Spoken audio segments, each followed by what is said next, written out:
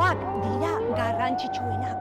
Hemengo baserri batean aspaldi nire berramonak kontatu edo idatzi zuen ipuin bat kontatu.